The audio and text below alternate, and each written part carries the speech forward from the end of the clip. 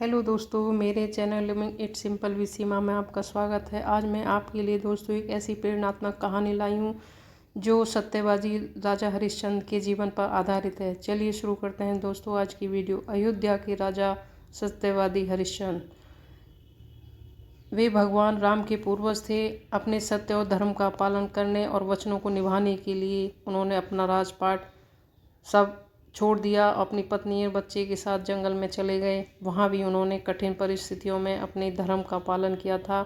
ऋषि विश्वामित्र द्वारा राजा हरिश्चंद्र के धर्म की परीक्षा लेने के लिए उनसे दान में उनका पूरा राज्य मांग लिया था। राजा हरिश्चंद्र भी वचनों का पालन करते हुए विश्वामित्र को पूरा राज्य सौंपकर जंगल को चले गए थे। दान में राज्य मांगने के बाद भी विश्वामित्र ने उनका पीछा नहीं छोड़ा और दक्षिणा भी मांगने लगे। इस पर राजा हरिश्चंद्र ने अपनी पत्नी व बच्चे सहित स्वयं को बेचने का निश्चय किया और वे काशी चले गए, जहां पत्नी व बच्चों को एक ब्राह्मण को बेचा।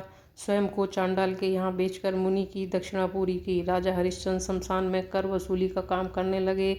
इसी बीच उनके पुत्र रोहित की सांप के काटने से मृत्यु हो जाती है। पत्नी शमशान में पहुंच जाती है, जहां कर चुकाने के लिए उनके पास एक पैसा भी नहीं होता। राजा हरिश्चंद्र अपने धर्म का पालन करते हुए कर की मांग करते हैं। इस कठिन परिस्थिति में भी राजा का धर्म पथ नहीं डगमगाया। विश्वामित्र अपनी अंतिम चाल चलते हैं और राजा हरिश्चंद्र की पत्नी को डायन का आरोप लगाकर उसे मरवाने के लिए हरिश्चंद्र को ही काम सौंपते हैं।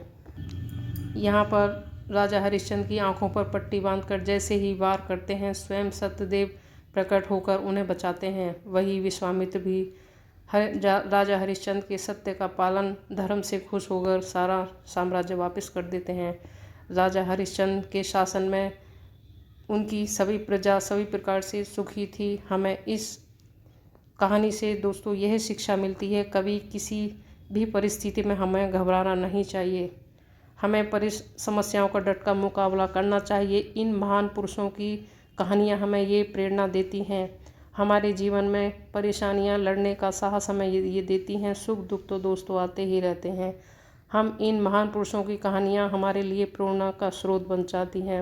वक्त कितना भी बुरा हो दोस्तों, यदि हम डटकर उसका मुकाबला करेंगे तो विजय अवश्य होंगे, क्योंकि अंत में विजय तो सत्य की ही होती है दोस्तों। जैसे राजा हरिश्चंद्र अपने पथ पर अडिग रहे थे और उन्होंने सफलता पाई। यही कहानियाँ हमारे लिए प्रेरणात्मक बनती हैं। दोस्तों आज के लिए इतना ही। जय माता की। धन्यवाद दोस्तों।